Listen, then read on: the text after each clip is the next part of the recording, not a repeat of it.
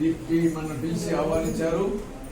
ఈ యొక్క యేసుక్రీస్తు ప్రభు వారి యొక్క జన్మదినాన్ని మరి ప్రపంచమంతా జరుపుకుంటుంది. మనం కూడా ఆశ్చర్యంగా ఆనందంగా ఆ యొక్క దినాన్ని జ్ఞాపకం చేసుకోవడం ఎంతగానో మనకి ఆశీర్వాదము.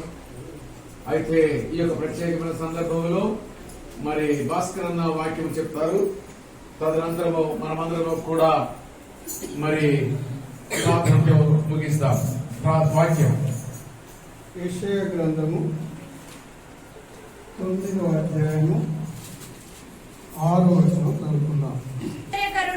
ఆలోచనకర్త, బలవంతుడైన దేవుడు, నిత్యుడగు తండ్రి, సమాధానకర్తయగు అధిపతి అని అతనికి పేరు పెట్టబడును.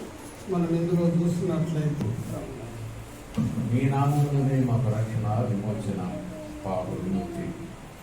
అవును ప్రభా, మేము ఈ యొక్క గుర్తిరిగి మీరు మమ్మల్ని పిలిచి ఏర్పాటు చేసుకొని ఈ లోకం